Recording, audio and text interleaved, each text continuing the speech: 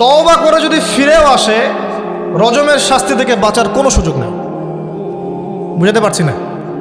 একজন মহিলার কথা বলে তারা বুঝতে পারবে। এটা একজন মহিলা সাহাবীর ক্ষেত্রেও হয়েছে, একজন পুরুষ সাহাবীর ক্ষেত্রেও হয়েছে। আচ্ছা, পুরুষ সাহাবীর কথা বাদ দিয়ে মহিলা সাহাবীর কথাটা বলি।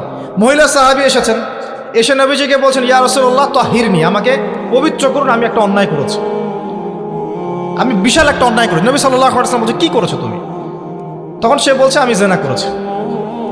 নবী সাল্লাল্লাহু আলাইহি ওয়াসাল্লাম বলছেন, বাসায় যাও, বাসায় গিয়ে আল্লাহর কাছে তওবা করো, আল্লাহ পাক মাফ করে দিবেন।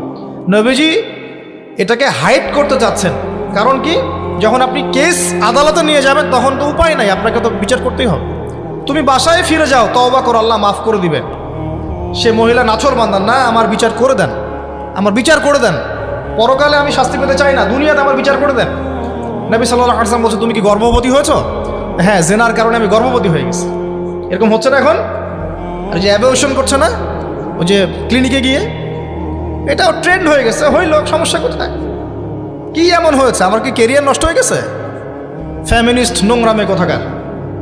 তারপরে এই মেয়ে বলছে, হ্যাঁ আমি গর্ভবতী হয়েছি ইয়া রাসূলুল্লাহ। নবী সাল্লাল্লাহু আলাইহি ওয়াসাল্লাম বলছেন, বাসায় ফিরে যাও, সন্তান যখন খালাস হবে তারপরে এসো, বিচার করে দেব। 9 থেকে 10 মাস সে এই সন্তানকে গর্ভে ধরলো। ধরার পরে সন্তান যখন খালাস হয়ে গেল, সে নবীর কাছে এসে সন্তান কোলে নিয়ে, নবজাতক, ইয়া রাসূলুল্লাহ সাল্লাল্লাহু আলাইহি ওয়াসাল্লাম দরুদ পড়বেন, আমাকে পবিত্র করে দিন, আমার সন্তান হয়ে গেছে এখন। নবী সাল্লাল্লাহু আলাইহি ওয়াসাল্লাম বলছেন, সন্তান কি দুধ খাচ্ছে? হ্যাঁ, দুধ খাচ্ছে। তাহলে তুমি তাকে দুধ পান করাও। কত বছর দুধ পান করাতে হয়? 2 বছর। 2 বছর দুধ পান করাও, দুধ পান করা শেষ হবে তারপরে এসে তোমার বিচার করে দেব।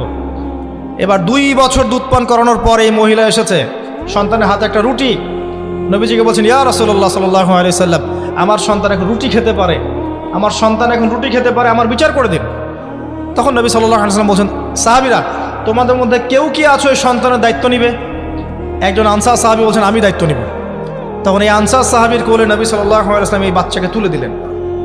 তুলে দেওয়ার পর খালিদ বিন ওয়ালিদ রাদিয়াল্লাহু আনহু অন্যান্য সাহাবীদেরকে বললেন, যাও এই মহিলাকে নিয়ে যাও, কোমর পর্যন্ত